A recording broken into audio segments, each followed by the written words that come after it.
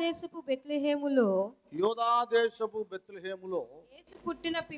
యేసు పుట్టిన పిమ్మట ఇదిగో తూర్పు దేశపు జ్ఞానులు యెరూషలేమునకు వచ్చి యూదుల రాజుగా పుట్టినవాడు ఎక్కడ ఉన్నాడు? తూర్పు దిక్కున మేము ఆయన నక్షత్రమును చూచి ఆయనను పూజింపవచ్చితమని చెప్పిరి. అది ఇక్కడ వినండి, అందరు వినండి. నక్షత్రాన్ని గురించినటువంటి ప్రస్తావన, నక్షత్రాన్ని గురించిన ప్రస్తావన. అక్కడున్నటువంటి యూదులు కానీ లేక ఆ ప్రాంతంలో ఉన్నటువంటి ఈ 12 గోత్రాల్లో ఏ గోత్రాన్ని చెందినటువంటి వ్యక్తులు కానీ దీని గురించి ప్రస్తావించటం లేదు. వాస్తవంగా అసలు ఇదేంటండి బాబు, ఈ నక్షత్రం ఏంటి, అంతకుముందు ఏమైనా ఉంటేనేగా అది మాకు తెలిసేది అని అక్కడున్న ప్రవక్తలు కానీ ధర్మశాస్త్ర ఉపదేశకులు కానీ అనుకోవచ్చు. మరి ఇక్కడ లేఖనాలు అయినటువంటి బిడ్డలకు కూడా తెలుసు. సంఖ్యాకాండం 24 ఆయనను చూచుచున్నాము గాని ప్రస్తుతం ఉన్నట్టు కాదు. ఆయనను చూచుచున్నాము గాని సమీపంలోనున్నట్టు కాదు. నక్షత్రము యాకోబులో ఉదయించును. అది నక్షత్రము యాకోబులు అంటే అర్థం ఏంటంటే యాకోబు నుండే 12 గోత్రాలు వారు జన్మించారు. వాటిలో యోధా అప్పుడేమో శావకత్వాన్ని చేయడానికి లేవి గోత్రానికి ఆధిక్యతను దేవుడిచ్చాడు. అప్పుడే ఆది కాండంలోనే యాకోబు ద్వారా యోధానుకు ఏ విధమైన ఆధిక్యత ప్రాధాన్యత ఇవ్వబడుతుందో, యోధా గోత్రానికి చెందినటువంటి వారిలో దావీదు తత్తరు లాంటి వారు ఎలాంటి గనుడు పుట్టుకొస్తారో అక్కడి నుండి లోకరక్షకుడు పుట్టుకొచ్చే విధానాన్ని గురించి తెలియచేయడం. ఇక్కడ బిలాం అనే ఒక ప్రవక్త నక్షత్రం యాకోబులో అది ఆ గోత్రములు అక్కడ ఉదయిస్తుంది అని తెలియజేశాడు. నాన్న ఇక్కడ 2 ఉన్నాయండి. ఒకటి, పుట్టినటువంటి యోధా గోత్రంలో పుట్టిన యేసు ప్రభుల వారే మానవాళికి వెలిగించే నక్షత్రం. ఆయనను చూయించడానికే, ఆయనను తెలియచేయడానికే ఆయన కొరకు పుట్టినటువంటి నక్షత్రం. అది తూర్పు దేశపు జ్ఞానులు దాన్ని గ్రహించగలిగారు. ఒక విషయం నేను మీ అందరూ చెప్తున్నాను, వినండి, నాకెళ్ళి చూడండి, కొద్దిగా ఆత్మీయంగా ఆలోచించండి దయచేసి. మన అన్వేషణ, వీళ్ళు తూర్పు దేశపు జ్ఞానులు నక్షత్ర పరిశీలకులు.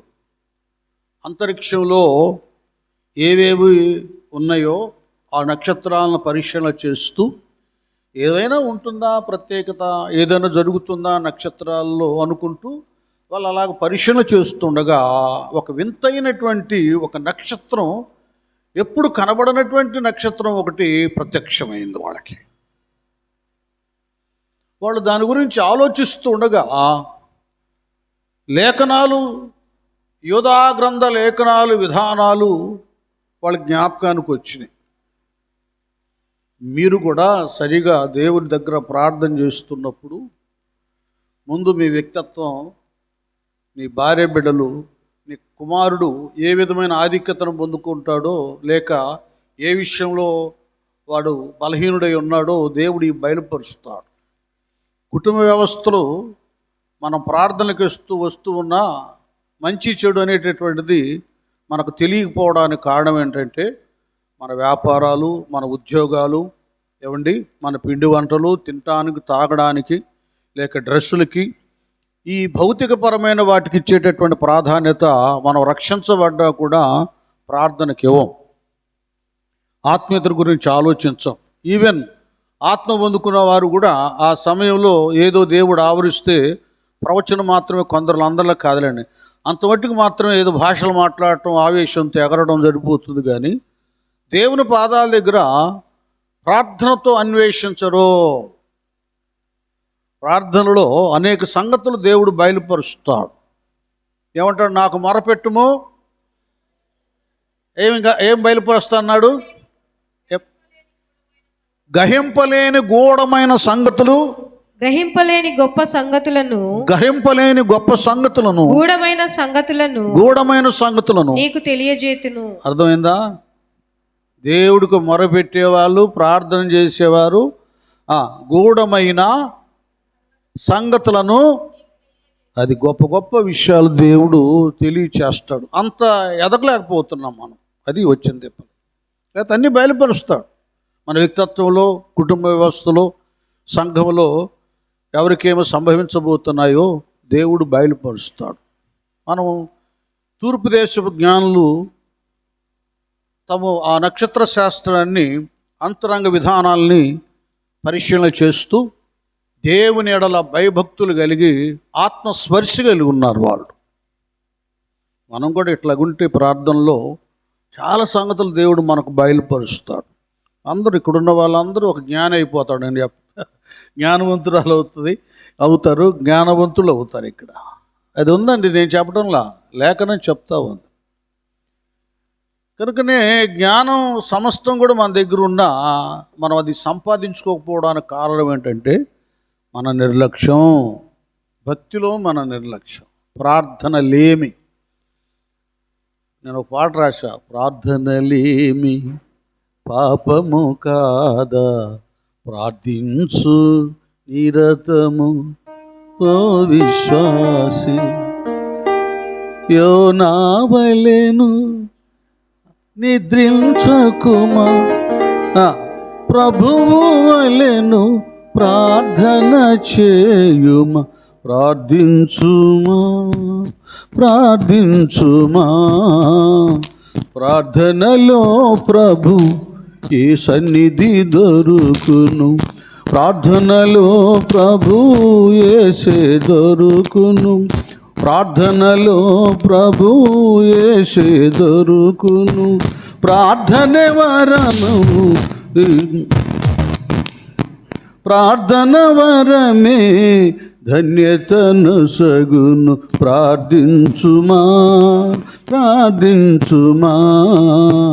ప్రార్థనలో ప్రభు సన్నిధి దొరకును, ప్రార్థనలో ప్రభు యేసే దొరకును, ప్రార్థనలో ప్రభు యేసే దొరకును.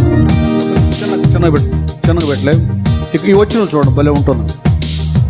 ఇదేంటంటే ప్రార్థనయే ఒక బలిపీఠముగా, ప్రార్థనయే ఒక గలిపీఠముగా కట్టవలెను నీ గృహమునందు, పాపము తొలగును, పావనమగును, పరిశుద్ధ దేవుని నివాసము.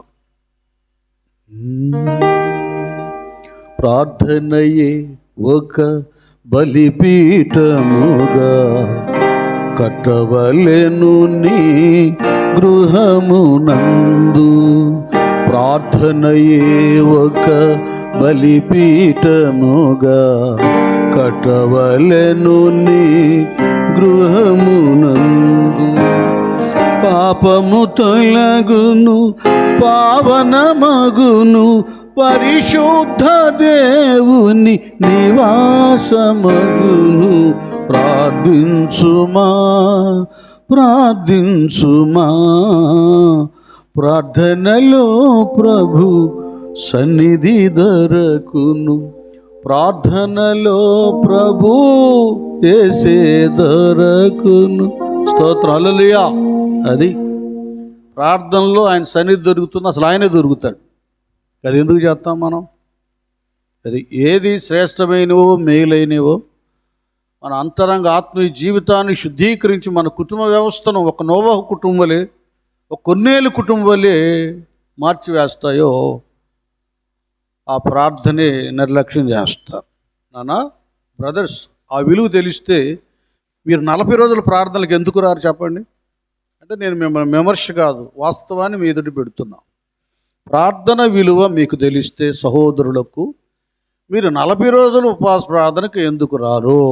అది తెలియదు కాబట్టే పగల రావట్లేదు, సాయంత్రాలు రావట్లేదు. 7 గంటల నుంచి చక్కగా 9:30 వరకు ఎవరు వచ్చినా లేకపోయినా ఒక 50 మంది లోపు ప్రార్థన వీర వనితలు వీరులు 7 8 మందిలో అండి వస్తున్నారు. ఈరోజు సంఘం నిలబడిందంటే వాళ్ళ ప్రార్థనే. అది నువ్వేదో సభలు పెట్టిస్తున్నావని నిలబడలే ఎక్కడ, లేకపోతే ఏదో ఇస్తున్నావని నిలబడలా. ప్రార్థన చేసే వాళ్ళు ఉన్నారే, వాళ్ళ వల్ల సంఘాలు నిలబడతాయి. ఉంటే వస్తావు దాని విలువ తెలుసుకుంటే. సహోదరులు కూడా ప్రార్థన విలువ తెలుసుకుంటే 40 దినాలు మీరు కనపడతారు. ఒక పూట కాకపోయినా ఒక పూట. దేవుడు 2 రకాలుగా చాయిస్ ఇచ్చాడు కదా. ఈ ప్రార్థనలో మనం అన్వేషించినప్పుడు, అలాగ వెళుతున్నప్పుడు కదా, ఈ ప్రార్థనలోనే కీర్తనాకారుడు అన్నట్లుగా నీ ముఖ కాంతిలో నా రహస్య అది బలహీనతలు పాపాలు ఇందాక అన్నట్లుగా అనేక గూఢమైన సంగతులను దేవుడు బయలుపరుస్తాడు. అది అందరూ కీర్తనలు చెప్పేవాళ్ళు కానీ, ఏమన్నా సాక్ష్యాలు ఇచ్చేవాళ్ళు కానీ, సంఘ పెద్దలు కానీ, మీరు బాగా చేయండి ప్రార్థన. అసలు లెక్కలు వేరే ఉంటాయి. ఎక్కడో ఒంటరిగా అక్కడ ఉండి దానియేలు, షడ్రకు, మెషక్కు బబులోను దేశంలో అది ఎన్ని సంగతులు చెప్పారండి, ఎన్ని మర్మాలు వాళ్ళు తెలియచేశారు, ఎన్ని కళలు దాని అర్థాలు వాళ్ళు చెప్పగలిగారు. కనుక ఇంత విలువైంది. ఇదంతా నేను ఎందుకు చెప్తున్నానంటే, వాళ్ళు పగలనక రేగనక తూర్పు దేశపు జ్ఞానులు దైవ భయము భక్తి గలవారై దేవుడు వారికి ఇచ్చినటువంటిది ఆకాశంలో నక్షత్రాలు, వాటి విలువలు, వాటి ప్రభావాన్ని, వాటి మహిమను వారు కనుగొంటాను. ఎందుకంటే ఒక రిఫరెన్స్ కూడా దాన్ని చెప్తాను. కొరింథీయులకు రాసిన పత్రిక మీ అందరికీ తెలిసి ఉంటుంది నాన్న. 1 కొరింథీ 15 41 తల్లి. 1 కొరింథీ 15 ఈ విషయాలు కూడా మీకు జ్ఞాపకం చేస్తున్నా. సూర్యుని మహిమ వేరు, చంద్రుని మహిమ వేరు. చూడండి, ఇక్కడ సృష్టిలో సూర్యుడు, చంద్రుడు వీటి మహిమలను గురించి ఏ విధమైన ప్రభావం, వెలుగును అవి ప్రకాశింపజేస్తాయో దాని గురించి అనేక శాస్త్రాలు ఎరిగినటువంటి వాడు, ధర్మశాస్త్రములో గమనీయుల పాదాల దగ్గర ఉన్నతమైనటువంటి లేఖనాలను ఎరిగినటువంటి వాడు, జ్ఞానవంతుడు, సామర్థ్యం కలిగినటువంటి వాడు అపోస్తలుడైనటువంటి పౌలై చెప్తున్నాడు. ఆయన చాలా శాస్త్రాలు ఆయనకు తెలుసు. మనకు భక్తుల్లో కొందరు వ్యక్తులు కనబడుతున్నారు. వాళ్ళలో ఇక్కడ మోషే గారు కనిపిస్తున్నాడు.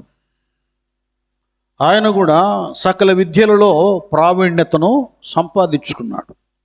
రెండోది, దానికి ముందుగా మనం చూస్తే ఒక ప్రార్థనాపరుడైనటువంటి యేసోబు కనబడుతున్నాడు. యేసోబు విషయంలో ఏంటంటే, దేవుడు తన ఆత్మ ద్వారా, తన యొక్క ఉన్న పరిశుద్ధత ద్వారా అనేక కళ్ళు, దాని మర్మాలు ఎరిగేటటువంటి జ్ఞానాన్ని ఇచ్చాడు.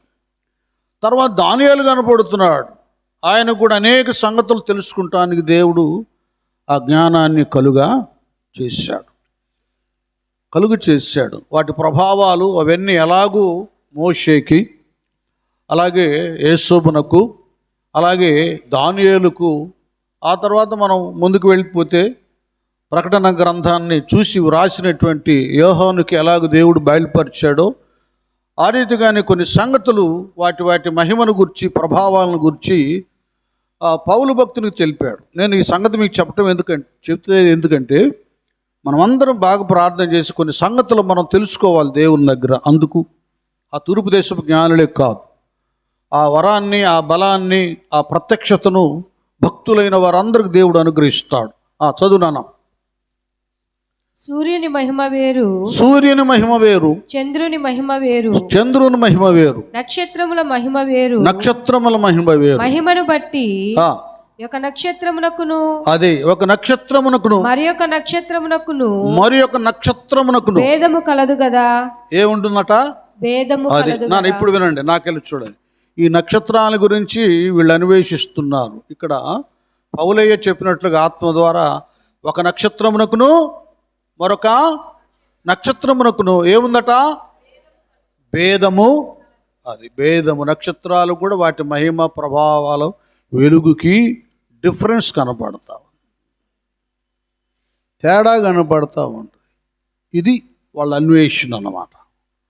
అవి పరిశీలన చేస్తున్నారు. నెక్స్ట్ నాన్న సరిపోయింది, ఇంకేమైనా ఉంది అక్కడ? మరొక నక్షత్రమునకును భేదము కలదు కదా. కనుక వాటి వాటి నక్షత్ర మహిమ ప్రభావాలు వెలుగు ఏమిటో వీళ్ళు అన్వేషిస్తూ ఉన్నారు. మీరు వినాలి, బాగా వినాలి మీరు. ఇది కేవలం తూర్పు దేశ జ్ఞానుల గురించే కాదు. మనం కూడా యెహోవా యందు భయభక్తులు కలిగి ఉండడం చెప్పండి జ్ఞానమునకు మూలం. అంటే దైవ జ్ఞానం మనకుంది, దాన్ని మనము సామర్థ్యాన్ని పెంచుకోవాలి, దాన్ని మనము అభివృద్ధి పరుచుకోవాలి. అది మన చేతిలో ఉంది. దాన్ని మనలో ఎదగకుండా వృద్ధి కలగకుండా ఉండటానికి కారణం నువ్వు నేను. యోనా ఎలాగో ఓడలో వచ్చి ప్రయాణం చేస్తూ వాడు అడుగు భాగం ఏం చేస్తున్నాడు యోనా గారు? నిద్ర చేస్తున్నాడా? నిద్రపోతున్నాడు. నిద్రపోతా అనిపించుకున్నాడు అన్యుడి చేత. మనం కూడా అట్లాగే అనిపించుకుంటున్నాం. నీకు నాకు ఒక ప్రార్థన వరం ఉంది, దాన్ని మనం సరిగా సద్వినియోగపరుచుకోవటం లేదో. కనుకనే ఒకవైపు ప్రళయం వచ్చి, తుఫాను వచ్చి, ఓడ బద్దలై జనాలందరూ కూడా చావడానికి సిద్ధంగా ఉన్న మానవులను రక్షించే ప్రవక్త నిద్రపోతున్నాడు దేవుడికి ప్రార్థన చేయకుండా. కనుక మనం ఎరగకపోతే దేవుడు అది వేరే లెక్క. దేవుని ఎరిగి ఒక ప్రత్యక్షత మనకు అనుగ్రహించబడిన తర్వాత మన కుటుంబ వ్యవస్థ చిన్నాభిన్నమైపోవడానికి, బలహీనమైపోవడానికి యోనావలే మనమే కారుకులు అవుతాం. అది నీకు ఒక ప్రత్యక్షత ఇవ్వబడింది. నువ్వు ఒక ఎక్స్రే లాంటి వ్యక్తివి. ఎక్స్రే తీసినప్పుడు ఎక్కడెక్కడ ఏముందో ఎలా కనబడుతుందో, నువ్వు ప్రార్థన చేసినప్పుడు ఏమేమి కలగబోతున్నాయి, ఇంట్లో జరగబోతున్నాయి, ఏంటి నీ పరిస్థితి అనేటటువంటిది దేవుడు తెలియజేస్తాడు. అప్పుడు నువ్వు సరి చేసుకుంటావు. ఇక్కడ ఇవన్నీ వాళ్ళు పరీక్షలు చేస్తూ ఉన్నప్పుడు ఆ పరిశీలనలో అన్వేషణలో వారికి తూర్పు దిక్కున ఏం కనపడింది? నక్షత్రం ఒకటి కనబడింది. దాన్ని చూస్తున్నారు ఇలాగ. ఇప్పుడు ముందున్న నక్షత్రాలు వాటి లెక్క వేరు, వాటి ఆ వెలుగు ఆ మహిమ వేరు. ఈ నక్షత్రానికి ఒక ప్రత్యక్షత కనబడుతుంది. వినండి నాన్న, మామూలుగా భూమి మీదకి, ఎందుకంటే ఇంకొక రిఫరెన్స్ నేను ప్రతి ఆధారం చేయించాలిగా. ఆదికాండం 1వ అధ్యాయము. నన్ను అక్కడికి వెళదామా? 14 తల్లి, దేవుడు 14 నుంచి వెళ్ళిపోదాం. ఆదికాండం. దేవుడు పగటిని రాత్రిని వేరుపరచునట్లు ఆకాశ విశాలమందు జ్యోతులను కలుగును గాకనియు అవి సూచనలను కాలములను దిన సంవత్సరములను సూచించుటకై ఉండుగాకనియు అది సూచించడానికి ఉండునుగాకనియు భూమి మీద వెలిగించుటకు అవి ఆకాశ విశాలమందు జ్యోతులై యుండుగాకనియు పలికెను. బాగా అర్థం చేసుకోండి విషయాలు, మీకు తెలుసు, మళ్ళీ వరకు జ్ఞాపకం చేస్తున్నా. ఆకాశ విశాలమందు ఏమై ఉంటాయి? జ్యోతులై యుండుగాకనియు పలికెను. ఒక్క నిమిషం మీకు చెప్తానన్న. ఆకాశ విశాలమందు అంటే పైన ఆకాశం ఎన్నో వేల కిలోమీటర్ల దూరంలో, లేక లక్షల కిలోమీటర్ల దూరంలో ఆకాశం ఉంది. ఆ ఆకాశంలో ఏం చేశాడు ఆయన? 2 జ్యోతులను ఆకాశ విశాలమందు జ్యోతుల ఎండుగాకనియు పలికెను. ఆ ప్రకారం ఆయను. అవి ఎందుకు? ఆ జ్యోతులు ఎందుకు? భూమి మీద చెప్పండి. దేవుడు ఆ 2 గొప్ప జ్యోతులను అనగా పగటిని ఏలుటకు పెద్ద జ్యోతిని సూర్యుడిని రాత్రిని ఏలుటకు చిన్న జ్యోతిని నక్షత్రములను చేసెను. ఇవన్నీ ఎందుకంటే భూమి మీద వెలిగించుటకు. అదే ఒకటి అర్థమవుతుందా? ఒకటి భూమి మీద వెలిగించుట. మీరు వినండి, ఇక్కడ పైన ట్యూబ్ లైట్లు పైన ఉన్నాయి, కిందలో కదా, ఆ బండ మీద లేదు, కూర్చున్న దగ్గర ఎక్కడ ఉన్నాయి? పైన. పైన ఉంటేనే కింద ఉన్నటువంటి వస్తువులన్నిటికీ కూడా అవి కనబడతాయి. కింద మనకందరికీ వస్తువులు కనబడేటట్లుగా వెలుగును ప్రకాశింప చేస్తాయి. అలాగే ఎందుకు ఆయన భూమి మీద కాకుండా ఆకాశాన్ని పెట్టండి, అక్కడి నుంచి ఎంత పవరో చూడండి. అక్కడి నుంచి పగలేమో సూర్యుని పెట్టాడు, అది పెద్ద జ్యోతి అని పేరు పెట్టాడు. సూర్యుని పెట్టాడు పగలు. రాత్రి చంద్రుడిని, తర్వాత అది నక్షత్రం అనేది మర్చిపోవద్దు, సబ్జెక్ట్ తారుమారే పద, నక్షత్రాలను పెట్టాడు కదా. ఇవేం చేస్తాయి అంటే భూమి మీద వెలుగునిస్తాయి. మళ్ళీ చూడండి ఎలాగుందో, పగల వరకే మాత్రమే కాకుండా రాత్రి వెలిగివ్వటానికి చంద్రుణ్ణి, నక్షత్రాలను ఏర్పాటు చేశాడు. అంటే చీకటి అనేటటువంటిది లేకుండా రేనా పగలైనా ఏదో ఒక రకంగా వెలుగునివ్వటానికి కృపనిచ్చాడు. ఇక్కడ విషయం ఏమిటంటే, చాలామంది అంటే బైబిల్ అనేటటువంటిది దైవాత్మ కలిగినటువంటి వాళ్ళకి అర్థమవుతుంది. అందుకనే మహాభక్తులు కూడా నీ ధర్మశాస్త్రమునందు ఆశ్చర్యమైన సంగతులను చూచున్నట్టు నా కన్నులు తెరవమన్నారు. బైబిల్ అందరికి అర్థం కాదండి. తోడు సిగరెట్లు తాగేవాడు, సారాయి తాగేవాడు, ఎవరిని దుర్మార్గమైన పనులు చేసేవాడు, నోరు తెరిస్తే అబద్ధాలు, బూతులు తిట్టేవాడికి బైబిల్ ఏం అర్థమైంది చెప్పండి? వాడు వచ్చి ఆ డిబేట్లో కూర్చుంటాడు, అక్కడ కూర్చుంటాడు, ఇదంటాడు, అదంటాడు. నాస్తికుడికి ఏం తెలుసు చెప్పండి కదా. దేవుడు లేడని ఎవడంటాడంట? బుద్ధిహీనుడు, మూర్ఖ స్వభావం గల వాళ్ళు అంటారు. వాళ్ళకి ఏమర్థమవుతుంది బైబిల్ గురించి, అందులో విషయాల గురించి? అది అర్థం కావు, వారి వ్యర్థులు. వాళ్ళు ఏమంటారంటే సూర్యుడిని ఆ రోజు ఈ రోజు చేశాడంట, మరి అంతకుముందు చీకట్లో ఎన్ని చేశాడంటే ఆయన సృష్టికర్తయ్య బాబు. ఆయన ఇప్పుడు మానవుడైనటువంటి కొద్ది జ్ఞానం కలిగినటువంటి వాడని అయినా ఇదిగో ఈ బల్బులు ఇవన్నీ తయారు చేసినటువంటి ఎవరైనా థామస్ ఆల్వా ఎడిసన్ ఇంత లైట్లు తయారు చేసాడు. ఎట్లా తయారు చేసే చీకట్లు అని చెప్తాము మనిషిని? ఏ టైంలో చేయాలో, ఎలాగ చేయాలో, అప్పుడు ఎలాంటి లాంతర్లు ఉన్నాయో, ఎలాంటి దివిటీలు ఉన్నాయో, ఇంకేమున్నాయో అట్లా చేశాడు. ఈయన ఎవరు? దేవుడు లోకమునకు ఏమై ఉన్నాడు? వెలుగై ఉన్నాడు. ఇంకంతే, ఆయనే వెలుగు. రేపు పరలోకంలో అదే కదా, గొర్రె పిల్లే దీపము. పరలోకులు ఎవరు దీపం? ఆయనే, గొర్రె పిల్లే. ఆ వెలుగు తన వెలుగుతో నింపుతాడు.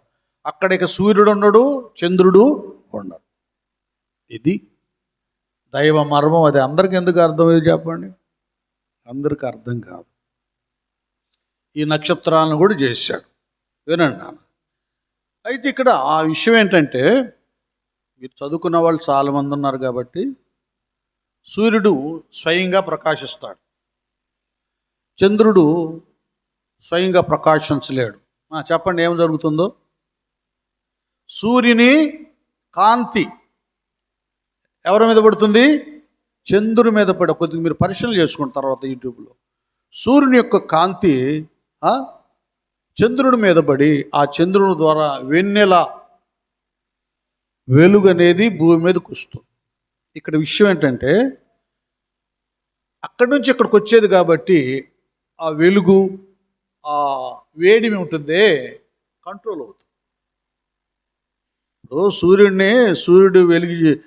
వచ్చిన తర్వాత అబ్బా చల్లటి సూర్యుని వెలుగు అంటారు, చల్లని వెన్నెలలో అంటారు, చల్లని సూర్యునిలో అనరు. అసలే ఓజోన్ పొర బలహీనమైపోయి ఆ యొక్క ఆ పవర్ కదా, ఆ వేడిమి భూమి మీదకి వచ్చి చాలా రకరకాలుగా వాతావరణంలో మార్పులు వస్తున్నాయి. ఇప్పుడు మనందరికీ తెలుస్తుంది. స్వయంగా ప్రకాశించడానికి, స్వయంగా వెలుగివ్వటానికి, వేడిమినివ్వటానికి, కాంతినివ్వటానికి దేవుడు అలాగ సృష్టించాడు. స్వయంగానే అది వెలుగుతుంది. చంద్రుడికైతే సూర్యుని సపోర్ట్ కావాలి. ఆయన ఇట్లా పడితేనే అది వెన్నెలగా భూమి మీదకి వస్తుంది. ఒక అద్భుతమైన విషయం ఏంటంటే, సూర్యుడు ఎలాగో స్వయం ప్రకాశతను కలిగి ఉన్నాడో, మీరు చెప్పండి, నక్షత్రాలు కూడా గట్టిగా స్వయం ప్రకాశితం, స్వయంగా ఈ ప్రకాశిస్తే ఏ సూర్యుని యొక్క కాంతి, వెలుగు, ప్రభావం నక్షత్రాలకు అవసరం లేదు. అది అలాంటివి నక్షత్రాలు, వాటికి ఒక ప్రత్యక్షత ఉంది, చాలా గొప్పవి. వీటిని గురించి మనము కొందరు భక్తుల విషయాల్లో కూడా దేవుడు గొప్ప వాగ్దానం చేశాడు. ఆదికాండం 15వ అధ్యాయంలో మనం 4, 5, 6 వచనాలు చూస్తే అబ్రహాముతో దేవుడు మాట్లాడినటువంటి విషయాలు చాలా ఉన్నతంగా ఉంటాయి. యెహోవా వాక్యము అతని యొద్దకు వచ్చి, అది ఇక్కడ విషయాలు గమనించండి. యెహోవా వాక్యము అబ్రహాం గారి దగ్గరకు వచ్చి, ఇతడు నీకు వారసుడు కాడు. ఒక్క సెకండ్, ఇక్కడ యెహోవా వాక్యం అనగా ఆదియందు వాక్యముండెను, వాక్యము దేవుని వద్ద ఉండెను, వాక్యమే అంటే అర్థం ఏంటంటే యేసు ప్రభుల వారు ప్రత్యక్షత కలిగింది అబ్రహాం గారికి కదా. యెహోవా వాక్యము దర్శనమందు అతని యొద్దకు వచ్చి, అది అబ్రహాం గారి దగ్గరకు వచ్చి, ఇతడు నీకు వారసుడు కాడు. ఇతడు నీకు అంటే ఎలియాజరు గురించి ఆలోచిస్తున్నాడు కదా, ఇతడు నీకు వారసుడు కాడు, నీ గర్భవాసమున పుట్టబోచున్నాడు,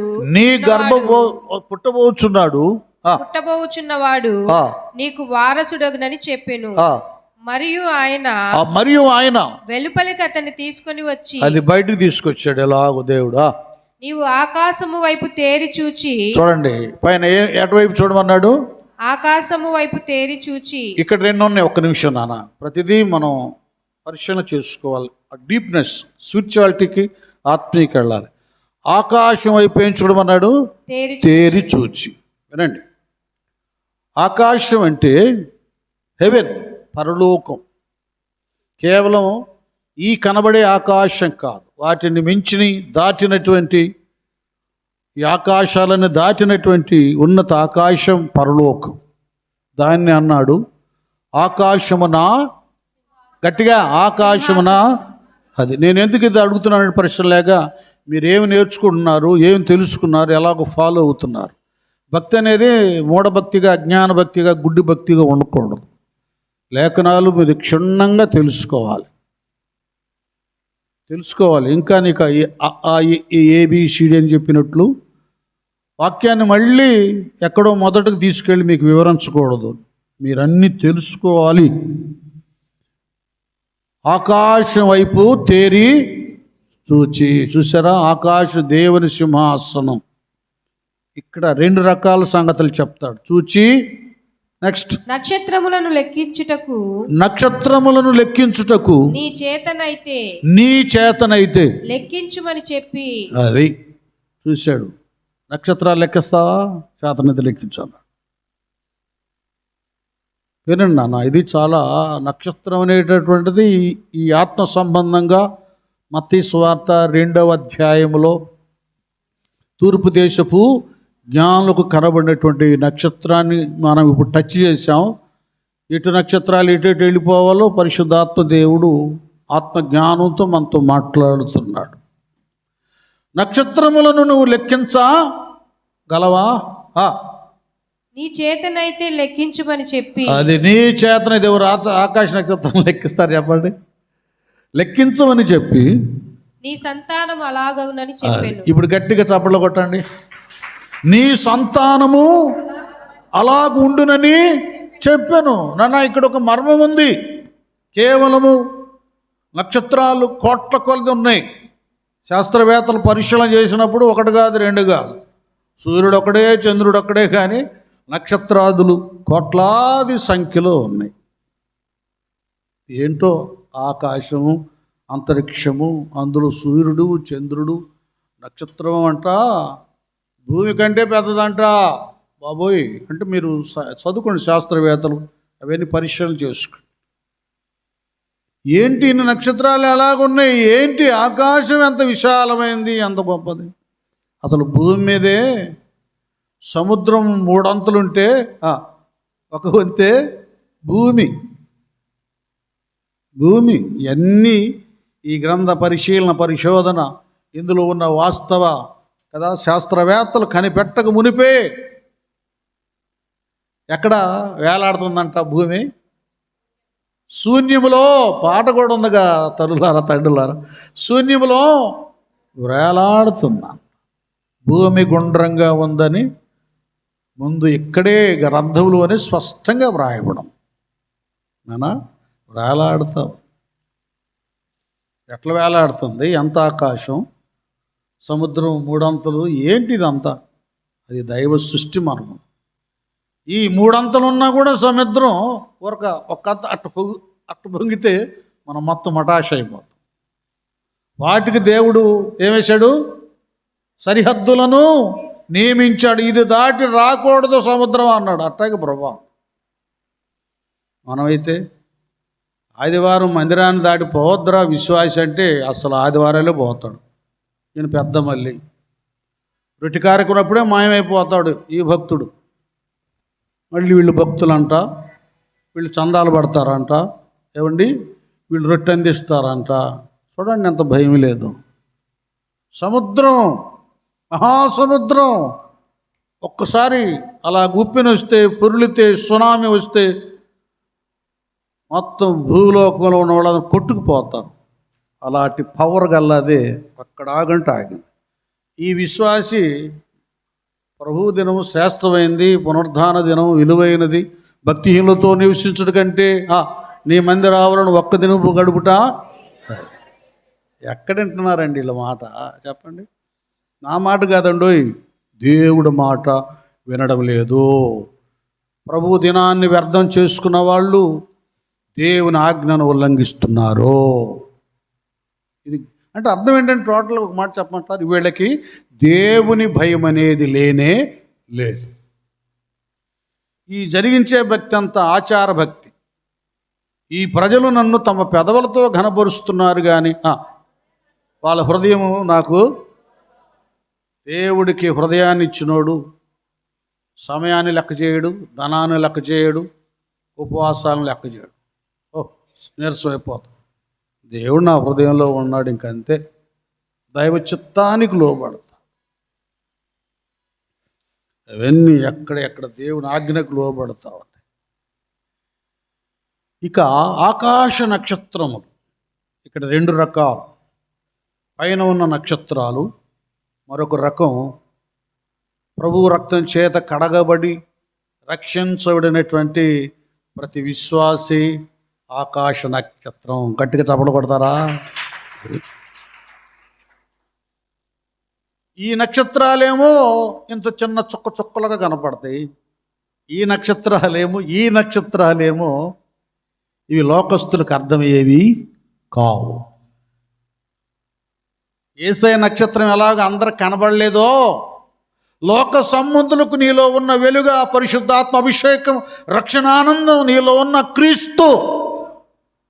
ఏమంటాడు పౌలయ్య? జీవించువాడను నేను కాను, క్రీస్తే నా యందు. అది ఈ నక్షత్రం క్రీస్తును కలిగి ఉన్న నక్షత్రం. ప్రతి విశ్వాసి అంత విస్తరింపజేస్తానన్నాడు. అబ్రహాము విశ్వాసాన్ని బట్టి మళ్ళీ కింద ఉంటుంది, అబ్రహాము దేవుని నమ్మెను, అది అతనికి నీతిగా. అది అబ్రహామును బట్టి, మన విశ్వాసతను బట్టి, ప్రభు రక్తం చేత నీవు నేను కడగబడిన దాన్ని బట్టి అబ్రహాములు నీతిమంతులుగా తీర్చబడి, అబ్రహాము ఈ నీతిమంతులకు విశ్వాసులకు తండ్రి అయ్యాడు. హల్లెలూయా, తండ్రి అయ్యాడు. ఇప్పుడు ఆయన చెబుతున్నాడు, అరే బాబు ఆకాశ నక్షత్రాలు చూడు, లెక్కించగలవా? నీకు సాధ్యపడుతుందా? అలాగని నీ సంతతిని నేను విస్తరింప చేస్తాను. గట్టిగా చప్పట్లు. అర్థమైందా? అంటే అర్థం పరలోక సంబంధమైనటువంటి భక్తులు, వ్యక్తులు ఆకాశ నక్షత్రాలు. మీకు ఇంకా అర్థమేంటి చెప్తా. ప్రపంచములో వేలు కాదు, లక్షలు కాదు, ప్రపంచ జనాభాలో కోట్ల కొలది ప్రజలు యేసు ప్రభుల వారి యందు విశ్వాసం ఉంచి రక్షించబడి ప్రపంచంలోనే 200 పైగా దేశాలు ఉండగా అత్యధికమైనటువంటి దేశాలలో క్రైస్తవ్యం ఉంది. గట్టిగా చప్పట్లు కొడదాం. దేవునికి స్తోత్రం. అర్థమవుతుందా? ఒకవేళ ఇక్కడ వీళ్ళంతా వీళ్ళంతా అల్పసంఖ్యాకులు అనుకున్న లోకంలో కూడా అధిక సంఖ్యాకులు క్రీస్తు బిడ్డలే. ఇంకోసారి గట్టిగా చప్పట్లు. దేవునికి స్తోత్రం. ఇది ఇంత గొప్ప ఉన్నతమైనటువంటి స్థానాన్ని దేవుడు అబ్రహాము సంతతికి ఇచ్చాడు. ఆ సంతతిలో నీ సంతతిని ఆకాశ నక్షత్రం వలె అంటే ఆ నక్షత్రాలు మనమే. ఇసుక రేణువుల వలె అన్నాడు మళ్ళీ కదా, అన్నాడా లేదా? ఇసుక రేణువులు ఎవరంటే భూలోక సంబంధులు. అబ్రహాము నుండి అనేక జాతుల వారు ఉద్భవించారు. వారు ఈ లోకంలో కూడా ధనధాన్యాలతో భోగభాగ్యాలతో ఏమండి అన్నిటితో వర్ధిల్లిపోయారు ఈ లోకంలో. ఇప్పుడు వాడు కూడా చాలామంది రక్షించబడ్డారు, ప్రభువుని నమ్ముకుంటున్నారు. ఈ ఉగ్రవాదం, ఈ టెర్రరిజం, పొడుచుకుంటాలు, కొట్టుకుంటాలు, చావటాలు, ఈ మత కలహాలు, మతోన్మాదం ఇవన్నీ చూసి వాళ్ళు మీకు ఒక దండం, ఆఫ్ఘనిస్తాన్ దండం, సిరియా దండం, ఈ ఉగ్రవాదం, ఈ రక్తపాతం మాకెందుకు, క్రీస్తు మార్గం శాంతియుతంగా ఉందని కదా టెర్రరిజం జరిగించేటటువంటి ఒక అధ్యక్షుని కొడుకే ప్రభువును అంగీకరించేసి వేల మంది యేసు ప్రభుల వారిని తన సొంత రక్షకుని అంగీకరించి ఇసుక రేణువులు ఆకాశ నక్షత్రాలుగా తీర్చబడ్డాయి. గట్టిగా చెప్పకూడదామా? మోడుబారిన జీవితాలను చిగురింపచేయగలవు నీవు. మోడుబారిన జీవితాలను చిగురింపచేయగలవు నీవు. అనుభవం మధురముగా మార్చగలవు నీవు. అనుభవం మధురముగా మార్చగలవు నీవు. మహోన్నతుడా నీ కృపలో నేను నివసించుట నా జీవిత ధన్యతయున్నది. మహోన్నతుడా నీ కృపలో నేను నివసించుట. మహోన్నతుడా నీ కృపలో నేను నివసించుట నా జీవిత ధన్యతయున్నది. నా జీవిత ధన్యతయున్నది. హల్లెలూయా. ఇదండి నక్షత్ర వైభవం. ఇక్కడండి ఇర్మియా గ్రంథంలో ఇర్మియా 33:22 అందరు రాసుకోండి. మీరు తర్వాత మీరు ప్రసంగాలు చేయాలి, రాబోయే రోజులు అందరూ చేయాలి. ఇక్కడ పునాది అలాంటిది. ఎందుకంటే నేను కూడా అక్కడే నేర్చుకున్నా. అపోస్తులు ఆత్మీయ మర్మాలను బోధించే వాళ్ళ దగ్గరికి ఎక్కడ ఆయన వస్తాడో ఆర్ఆర్ సుందరరావు గారు, ఒక ఆయన పిడి సుందరరావు కాదండి, ఆర్ఆర్ సుందరరావు గారని, అజ్రీ గారని, మాసిలమణి గారని, ఏమండి పిఎల్ పరంజ్యోతి గారని, పిఎం సామ్యులయ్య గారని, ఇలాంటి మహనీయులు ఉన్నారు, గొప్ప గొప్ప బైబిల్ పండితులు. వాళ్ళ దగ్గర నేర్చుకున్నాను. ఒక చిన్న సంగతి మీకు చెప్తాను. అప్పుడు సలోమమ్మ అనుభవం కూడా చెప్పాలిగా. సలోమమ్మ మమ్మల్ని అందరిని నడిపించింది. చెప్పేగా, మేమంతా చిన్నపాస్ గారు, నేను, మేరీ, మరికొందరు సహోదరులు, మేము పాటలు పాడేవాళ్ళం. చెన్నయ్య గారు డ్రమ్ కొడితే మేమందరం రకరకాల తమిళ పాటలు, హిందీ పాటలు, యూత్ కదా అప్పుడు, పాడేవాళ్ళం.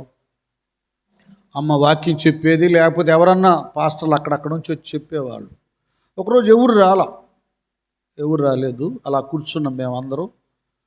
ఇంకా మా చిన్నక్క రాయసరక్క తెలుసు కదా, మా బావగారు, చిన్న బావగారు యోహాను గారు అన్నాడు, రైట్ అయ్యా నువ్వు చెప్పయ్యా అన్నాడు. అరే నువ్వు చెప్పు వాక్యం. నేనేం చెప్పేది బావ, నాకేం వచ్చి లేదు నువ్వు చెప్పులంటే నేను అట్లా కళ్ళు మూసుకున్నానండి. ఇది వాస్తవం, నేను కల్పిస్తే దేవుడు నన్ను శిక్షిస్తాడు.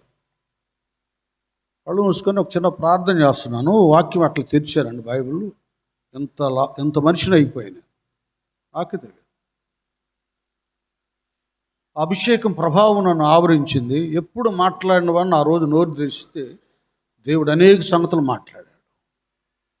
ఇది నేను ఎందుకు చెప్తున్నానంటే, మన అభిషిక్తుల దగ్గర నేను చాలామంది బురిడి పడుతున్నారు కదా, అబ్బా ఎంతమంది వస్తారు అక్కడ జనాలు అనుకున్నావు, అక్కడ డబ్బులు ఏమొస్తాయి అనుకున్నావు, ఎంత పేరు అనుకున్నావే, అక్కడ ఏమి ఉండదు. అంటే దైవ సంబంధమే ఉండవు, లోక సంబంధమై ఉంటాయి. మేము అట్లా చూడలా. మీలో చాలామంది అలాగున్నారు. అక్కడ చాలామంది వస్తారు, అక్కడికి వెళ్తే బాగుంటుంది, ఇక్కడ భలే సుందరంగా ఉంది, భలే ధనవంతులు అంటే వాళ్ళు కదా, ఆయనకి పేరు ఉంది, అట్లనే మేము పరిగెత్తలా.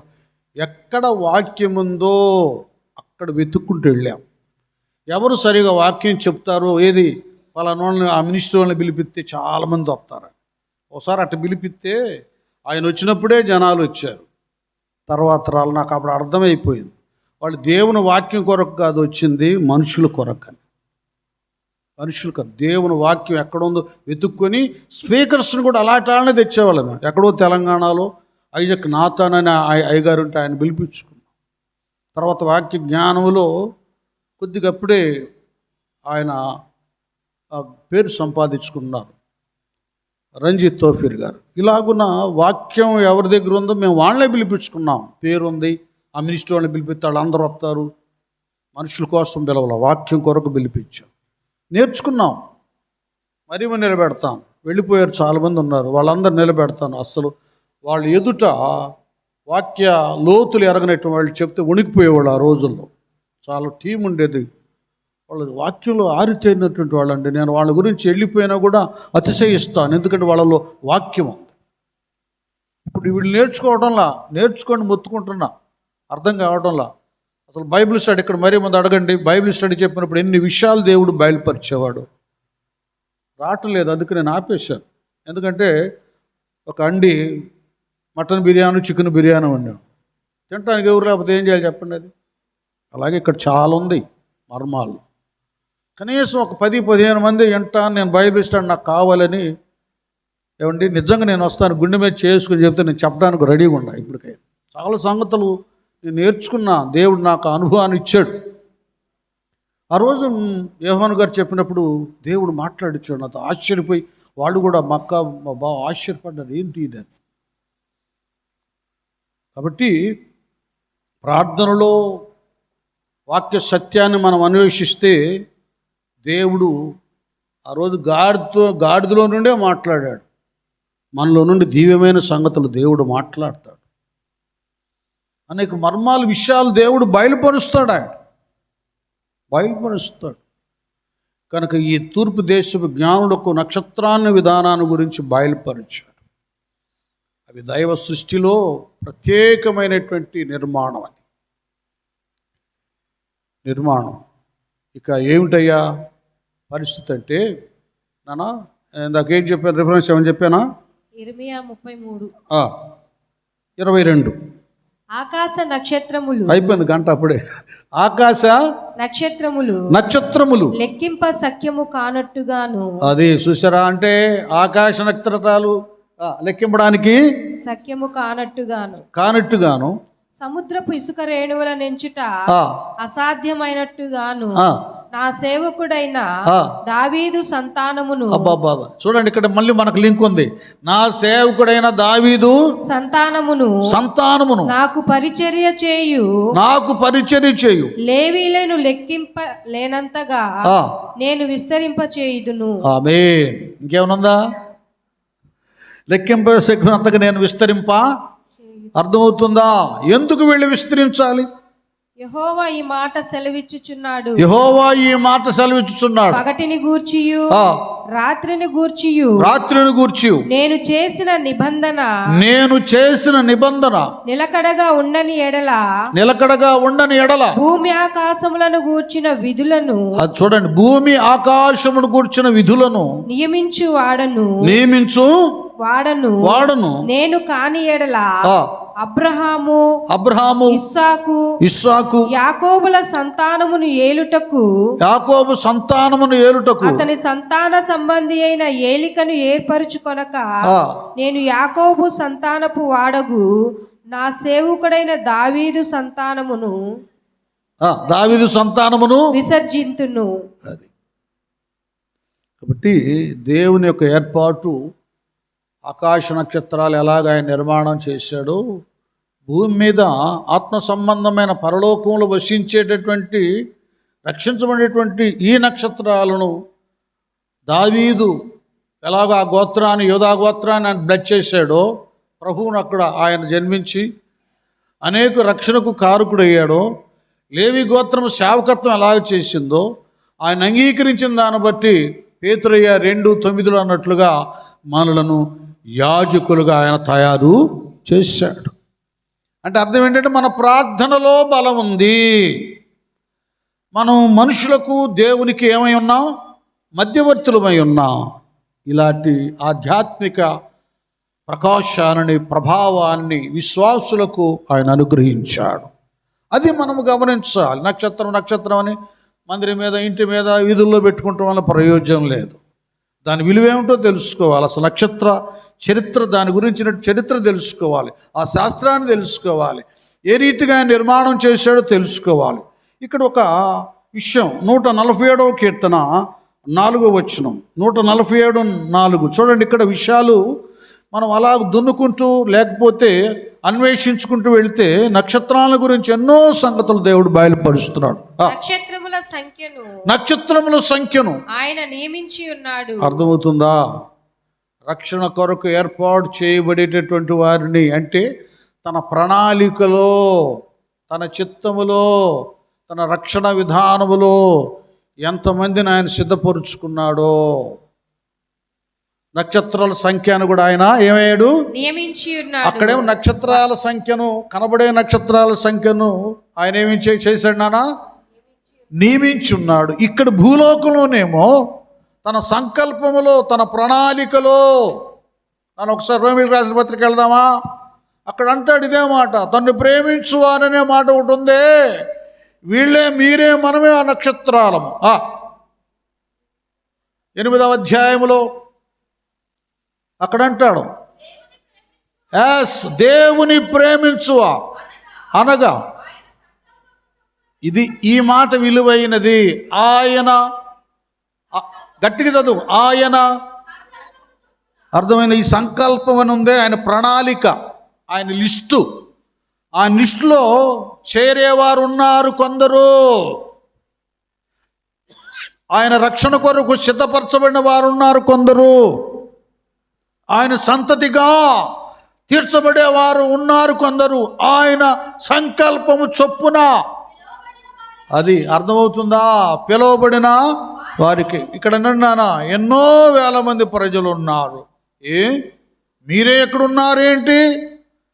ఆయన సంకల్పము చొప్పున పిలువబడ్డారు. అంటే ఆయన ప్రణాళికలో ఉన్నారు, ఆయన లిస్టులో ఉన్నారు, ఆయన దృష్టిలో ఉన్నారు, ఆయన జీవగ్రంథంలో ఉన్నారు అన్నమాట. ఈ నక్షత్రాలు, ఆ సంఖ్య ఆయనకి తెలుసు. నక్షత్రాల సంఖ్య పైన ఉన్నవి ఆయన సృష్టి.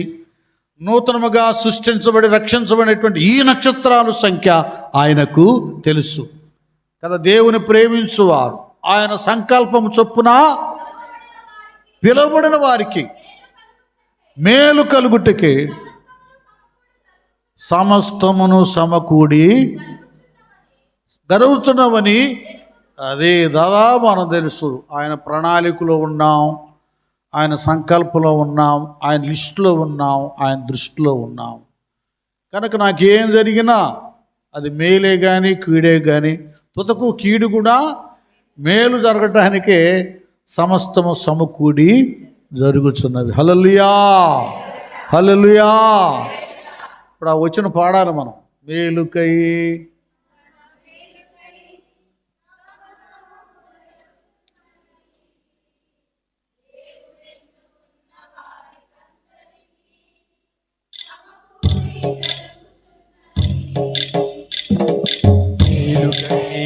మన మేలుకై సమస్తము జరుగుచున్నవి దేవుడెన్నుకున్న వారికందరికీ సమకూడి జరుగుచున్నవి.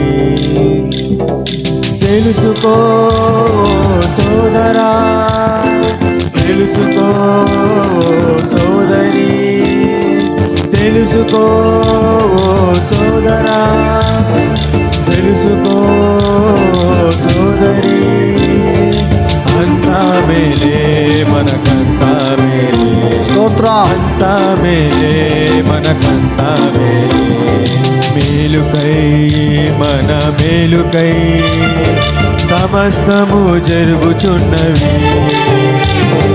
దేవుడెన్నుకున్న వారికందరికీ సమకూడి జరుగుచున్నవి. స్తోత్రం. హల్లెలూయా. అర్థమవుతుందా? దేవుని ప్రణాళికలో ఉన్నారు. బాగా మీరు వినండి, కొద్దిగా ఆలోచించండి. అక్కడ ఆ కనబడే నక్షత్రం ఆయన నక్షత్రం అయితే, ఆయన రక్తంతో కడగబడి రక్షించబడిన నువ్వు కూడా ఆయన నక్షత్రానివే. ఆ నక్షత్రం సంఖ్య ఆయనకు తెలుసు. ఎవరు తన ప్రణాళికలో ఉన్నారో ఆయనకు తెలుసు. జక్కయ్యా, ఇతడును అబ్రహాము నేడు ఇంటికి ఏమొచ్చింది? అది ఆయన ప్లాన్లో ఉన్నాడు జక్కయ్య. ఇది ఎరగా ఇక్కడ అంటాడు 147:4 నక్షత్రముల సంఖ్యను ఆయన నియమించి ఉన్నాడు. అర్థమైందా? నియమించాడు.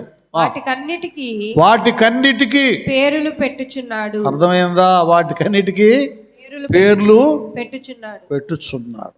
వాటికన్నిటి పేర్లు పెట్టేశాడంట. అంటే ఏమేం పేరు పెట్టాడో దాన్ని తెలుసుకుంటానికి, దాన్ని గ్రహించడానికి కదా.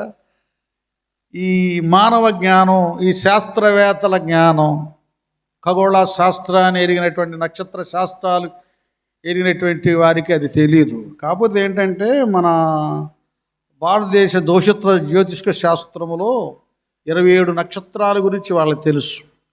ఒక వ్యక్తి పుట్టినప్పుడు వాడు ఏ గడిలో, ఏ నక్షత్రపు గడిలో పుట్టాడో దాని శక్తి ప్రభావాన్ని పరిశీలన చేసుకొని అది మేలుకరంగా ఉంటుందా, దానికి వెలుగు ఉంటుందా, చీకటి ఉంటుందా, రాలిపోయిన స్థితి ఉంటుందా. కొన్ని నక్షత్రాలు రాలిపోతాయి కదా చుక్కలో, ఏముంటుందో తెలుసుకొని దాన్ని బట్టి పేరు పెడతాను.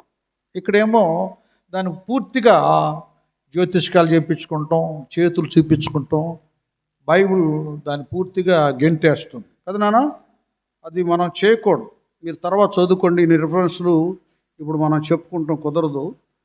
ఇక్కడ విషయాలు ఏంటంటే యెషయా గ్రంథం 47:13 మీరు చదవద్దు. అక్కడ ఉంటుంది అన్నమాట.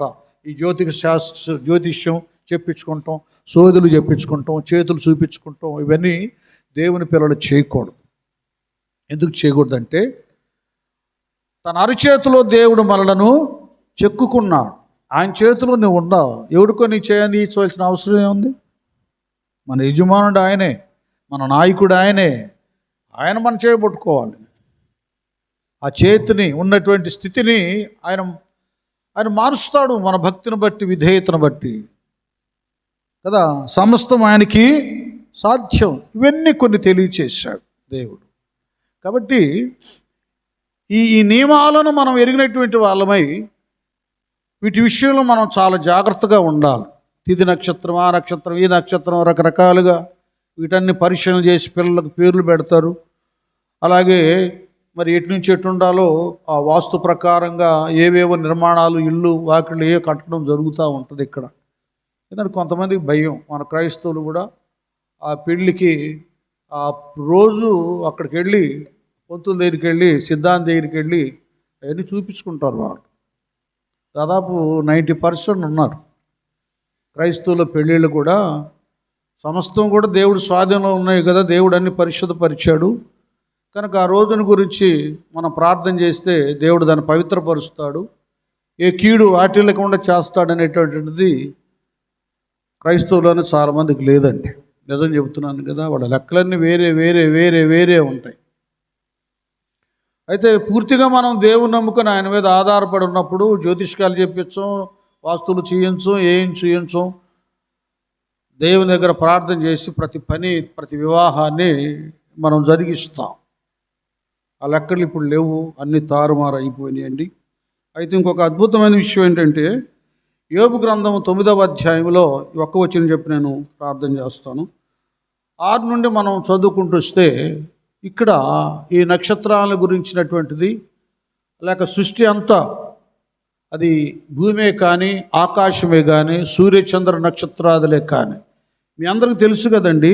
ఈ నక్షత్రాల విషయాల్లో మనం చూస్తే, ఈ సూర్యచంద్రుడు నక్షత్రాల విషయాల్లో యెహోషువ ప్రార్థన చేసినప్పుడు సూర్యుడు ఆగిపోయింటే సూర్యుడు ఆగిపోయాడు. చంద్రుడా అయ్యాలోను లోయలో నిలువుము అలా అంటే నిలిచిపోయాడు. అంటే ఈ పవర్, ఇది కూడా నేను ఎందుకు చెప్తున్నానంటే, పాపం కొంతమందికి తెలియక సృష్టి, ఇవన్నీ సూర్యుడు కానీ, చంద్రుడు కానీ, నక్షత్రాదులు కానీ, ఆకాశం కానీ, ఇవన్నీ కూడా ఏంటంటే దైవ సృష్టి.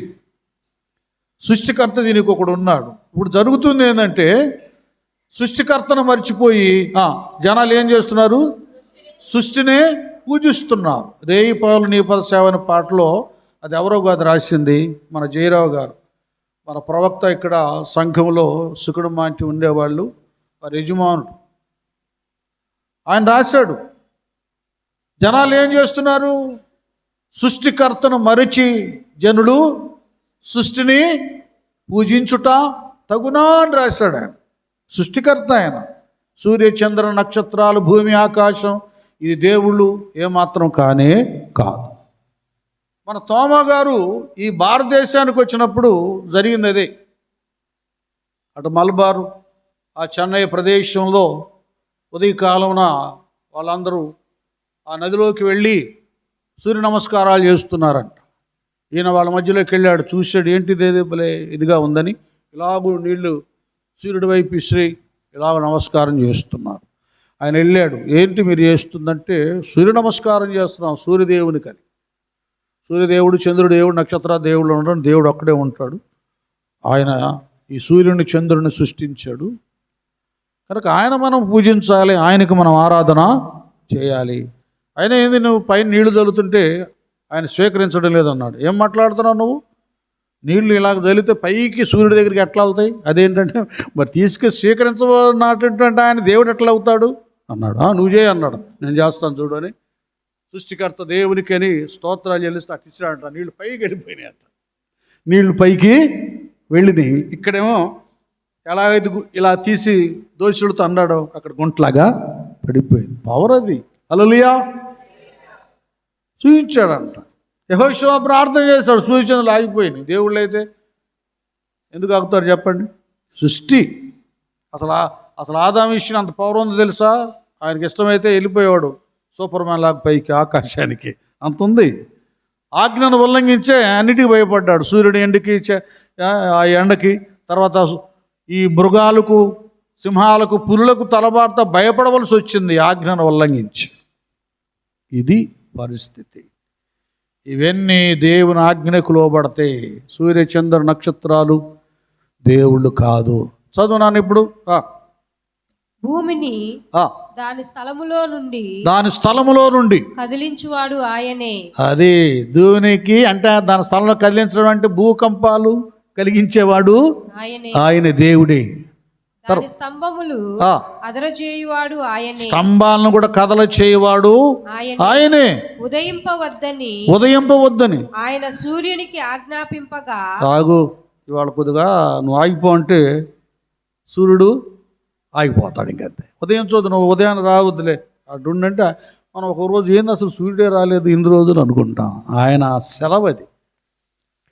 ఉదయింపవద్దని సూర్యునికి ఆజ్ఞాపింపగా అతడు ఉదయింపడు. నెక్స్ట్, ఆయన నక్షత్రములను మరుగుపరచును. చూడండి ఒకసారి ఆకాశంలో ఒక నక్షత్రం కూడా కనబడదు. చూడండి ఆయన చెబుతాడు, మరుగుపరుస్తాడు. నెక్స్ట్, ఆయన ఒక్కడే ఆకాశ మండలమును విశాలపరుచువాడు. సముద్ర తరంగముల మీద ఆయన నడుచుచున్నాడు. ఆయన ఏం చేస్తున్నాడు? నడుచుచున్నాడు. ఆయన స్వాతి, మృగశీర్షిక, ఈ నక్షత్రాలు అను వాటిని దక్షిణ నక్షత్ర రాసులుగా చేసినవాడు. అబ్బాబాబా, చూడండి, ఇలాంటి ప్రభావం ఉంది. సూర్యచంద్ర నక్షత్రాదులు, భూమి, ఆకాశం, సముద్రం ఆయన మాటకు లోబడతాయి. అంతే. ఇది తెలుసుగా. శరీరధారిగా ఉన్నప్పుడు ఆ గాలి తుఫాను వచ్చినప్పుడు గాలిని గద్దించగా ఏమైపోయింది? ఆగిపోయింది. అలాగే ఆయన గలిలయ సముద్ర నీళ్ళ మీద అలాగ హాయిగా ఇలాగ మనం గచ్చు మీద నడిచినట్టుగా నడుచుకుంటూ వస్తున్నాడు. పేతురు నేను వస్తానంటే రానాయన అన్నాడు. ఆయన చేసిన తప్పు ఏంటంటే గాలి వైపు చూచి భయపడసాగి మునిగిపోయాను అని అర్థమవుతుందా? కాబట్టి ఈ నక్షత్రాలు ఆ నక్షత్రాలు ఆయన చేశాడు. ఈ నక్షత్రాన్ని తన రక్తంతో ఒక నిర్మాణం చేశాడు దేవుడు. ఆ నక్షత్రాలు ఎలాగూ దేవుని యొక్క ఆజ్ఞకు లోబడుతున్నాయో, విశ్వాసులు అనేటటువంటి ఈ నక్షత్రాలు కూడా ఏం చేయాలి చెప్పండి? దేవుని ఆజ్ఞకు లోబడాలి. ఇది మన డ్యూటీ. ఇంకా చాలా సంగతులు ఉన్నాయి, నేను వచ్చే వారం చెప్తాను. కనుక ప్రత్యేకంగా ఆకాశంలో తూర్పు దేశపు జ్ఞానులు ఆ నక్షత్రాన్ని చూచి దాన్ని ఫాలో అయ్యారు యేసుప్రభు వాళ్ళని చూడటానికి. నిన్ను నన్ను ఎందుకు రక్షించుకున్నాడో తెలుసా? నిన్ను చూచి కొందరు ప్రయాణాలు క్రీస్తు వైపుకు వెళ్ళాలని. ఇలాగ చెప్పుకుంటూ వెళ్తే చాలా ఉన్నాయి. ఆకాశ నక్షత్రాల కంటే కూడా మనం శ్రేష్ఠులము. ఉన్నతమైన ఆధిక్యత ఇచ్చాడు. అవి భూమికి వెలిగిచ్చేదైతే నీవు భూలోకంలోనే కాదు, పరలోకంలో కూడా ఆ వెలుగుమయములో దాచబడే వ్యక్తివి, భక్తువి. ఇలాంటి భాగ్యాన్ని దేవుడు మనకి ఇచ్చాడు కనుక మన వెలుగును మనం కాపాడుకుందాం. ఒక విషయం జ్ఞాపకం చేస్తున్నాను.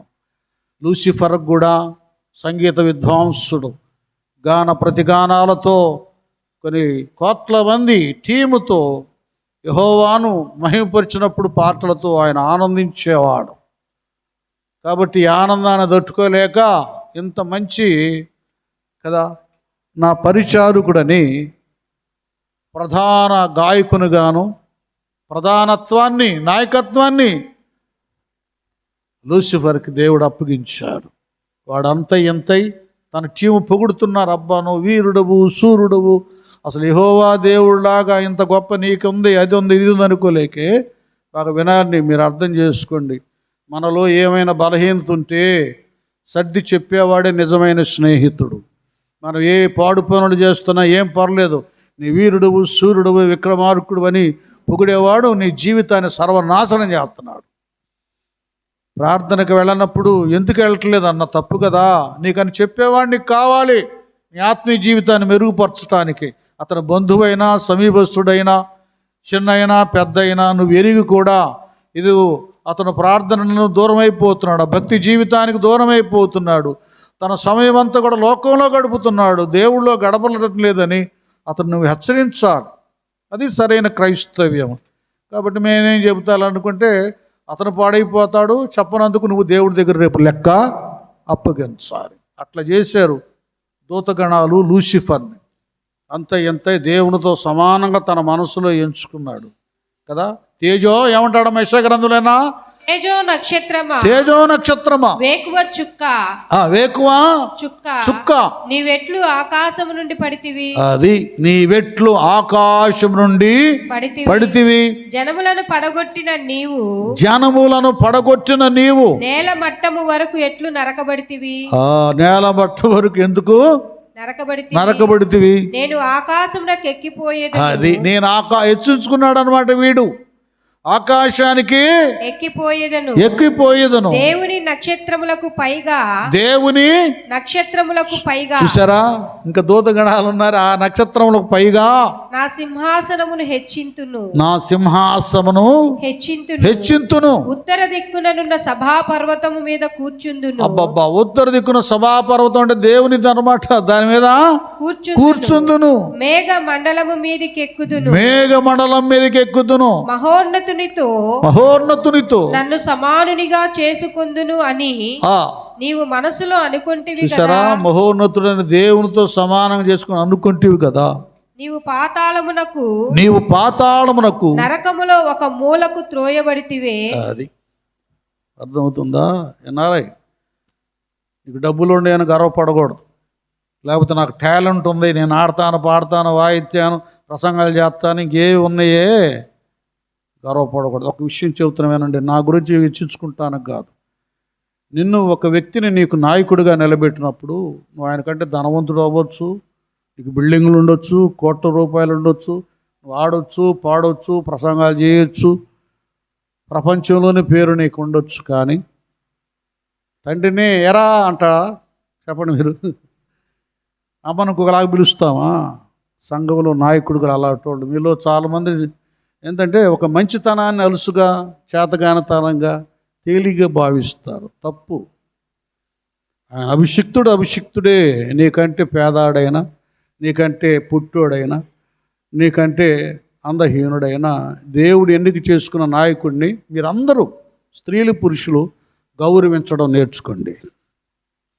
అది దైవ నియమం. అది గౌరవించడం నేర్చుకోండి. లూసిఫర్ లాగా అంతకంటే నేను బాగా చెబుతానులే, అంతకంటే మేము గొప్పవాళ్ళని మిమ్మల్ని మీరు హెచ్చించుకుంటే పాతాళానికి తొయ్యబడతాం.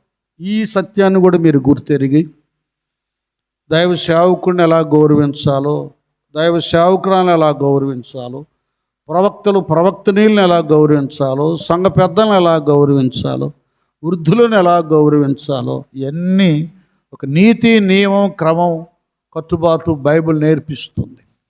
ఆ నియమానికి వెళ్ళండి. అప్పుడు తేజో నక్షత్రం వలె మీరు ఉండరు, యేసయ్య నక్షత్రంగా మీరు ఉంటారు, అంతకంతకు వర్ధిల్లుతారు. అట్టి భాగ్యాన్ని దేవుడు మనందరికి దయచేయునుగాక. తల్ల వంచండి, చిన్న ప్రార్థన చేసుకుందాం. ఒక్క నిమిషం అందరం మన హృదయాల్లో ధ్యానం చేసుకుందాం. దేవుడిచ్చిన కృపను మనం సద్వినియోగపరుచుకుంటున్నామా?